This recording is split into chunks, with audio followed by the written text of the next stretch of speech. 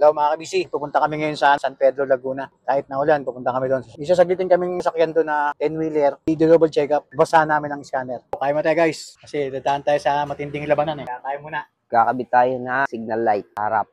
Bagong bili natin to. Tapos, ano niya, cover. So, kakabit din natin to. Bagong bili rin to. Palitan natin to, bago na po to. Maliit yung ilaw niya. Ito yung dati niyang ilaw. Palitan natin siya, dalawa. Ayan.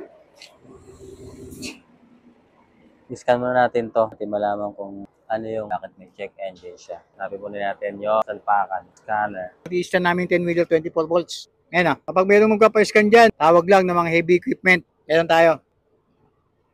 Kabit na yung signal light. Tapos, kakabit na lang natin yung cover niya sa likuran daw. So, signal light, cover. Ito natin ito ng bago. Ayan, pati yung extension cover niya sa ilalim.